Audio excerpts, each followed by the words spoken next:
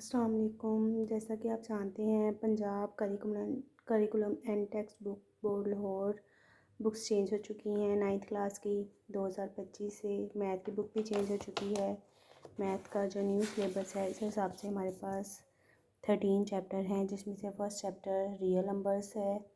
सबसे पहले उन्होंने रियल नंबर्स की बेसिक कॉन्सेप्ट्स यानी नंबर्स कैसे ड्राइव हुए, पहले किस तरह से साइंस यूज़ किए जाते थे नंबर्स की जगह पे, फिर आहिस्ता आहिस्ता इम्प्रूवमेंट होती गई। इस तरह नंबर्स के बारे में बताया हुआ है। डिटेल जो हम इस चैप्टर में पढ़ेंगे वो रियल नंबर्स के बारे में है। रियल नंबर्स हमारे पास क्या होते हैं? रियल नंबर्स हमारे पास रैशनल नंबर्स और इरेशनल नंबर्स का यूनियन होता है। अब रैशनल और इरेशनल नंबर्स के बारे में पहले पढ़ने से पहले हम देखेंगे असल में ये नंबर्स होते क्या हैं। नंबर्स में हमारे पास सबसे पहले आ जाता है नेचुरल नंबर्स, जो कि 1 से स्टार्ट होते हैं और सोन पॉजिटिव नंबर्स होते हैं ये हमारे पास, यानी इनमें नेगेटिव नहीं होता है। और ये 0 से स्टार्ट नहीं होते, 1 से स्टार्ट होते हैं, इसमें 0 नहीं होता। फिर आते हैं उसके बाद मुकम्मल अदाद, इसमें 0 का एडिशन कर देते हैं। होल नंबर्स, जिसमें 0 नेचुरल नंबर्स के अंदर अगर हम ऐड कर देंगे तो हमारे पास होल नंबर्स यानी मुकम्मल अदाद बन जाएंगे।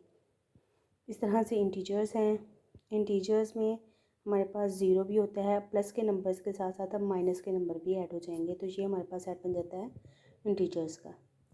अब रैशनल नंबर्स ऐसे नंबर्स जिनको हम डिवाइड की शक्ल में लिख सकें, यानी कि ऐसे नंबर्स होंगे जैसे 5/6 हो गया, 8/2 हो गया। ऐसे नंबर्स जिनको हम डिवाइड की शक्ल में लिख सकें उसे बोलते हैं रैशनल नंबर्स। अब रैशनल नंबर्स को हम मज़ीद समझने के लिए इसको ऐसे समझ सकते हैं कि टर्मिनेटिंग, नॉन टर्मिनेटिंग। टर्मिनेटिंग आपको पता है ऐसे नंबर्स होते हैं जिनको डिवाइड करें तो उसका प्रॉपर कोई ना कोई आंसर आता हो। जैसे कि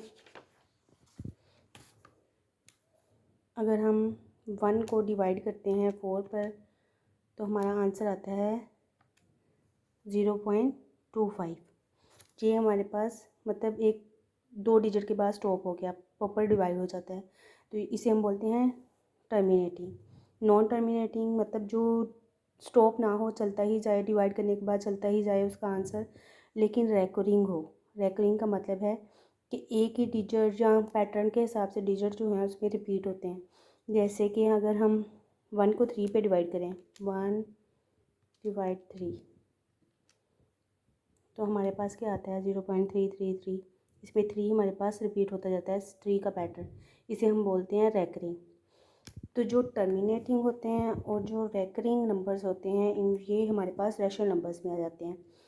और इसी तरह से रैशनल का उल्ट होता है इरेशनल। इरेशनल में हमारे पास नॉन टर्मिनेटिंग होंगे, मतलब जिनको हम बटे की शक्ल में ना लिख सकें।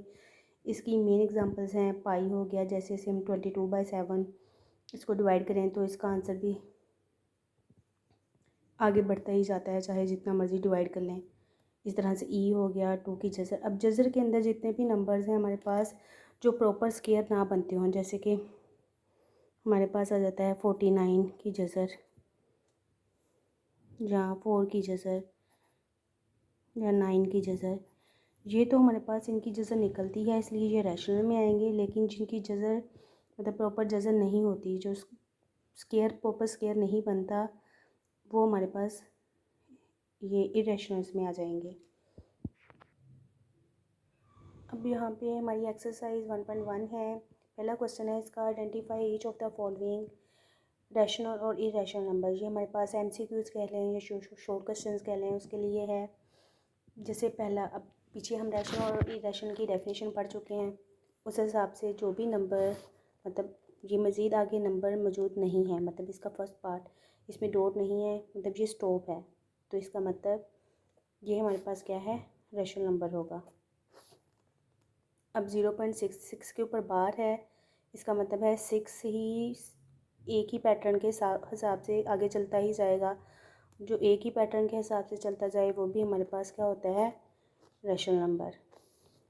अब 2.23606 अब 7 के बाद हमें नहीं पता अगला डिजिट कौन सा होगा, मतलब चेंज है, हमें कोई पैटर्न नहीं पता है इसका और आगे डिवाइड होता ही जा रहा है, तो इसे हम क्या बोलेंगे, इरेशनल नंबर। 7 की जगह 7 कोई भी प्रॉपर स्क्वायर नहीं है, तो 7 की जज़र भी हमारे पास, देखिए अगर हम इसे कैलकुलेटर पे डिवाइड भी करके देखें तो 7 जज़र, तो कोई सेम पैटर्न नहीं है, आगे चलता ही जा रहा है इसका भी।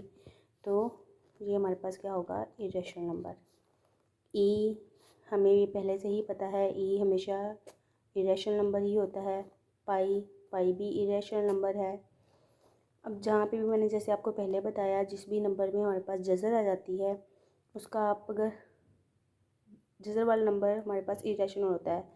रैशनल और इरेशनल की जमा हमेशा इरेशनल।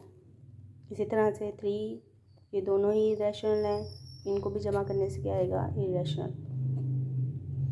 15/4 ये डिवाइड की शक्ल में लिखा जा रहा है, और अगर हम इसे डिवाइड करें 15/4 तो आंसर भी इसका प्रॉपर 3.75। तो ये क्या है, रैशनल नंबर।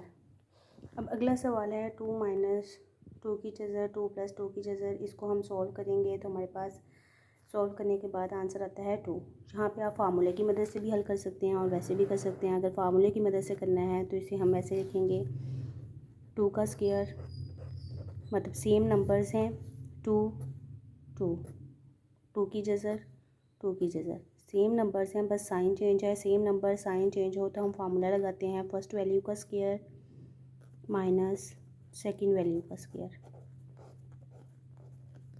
तो 2 का स्क्वायर 4 माइनस 2 की जज़र का स्क्वायर 2, 4 में से 2 गया 2।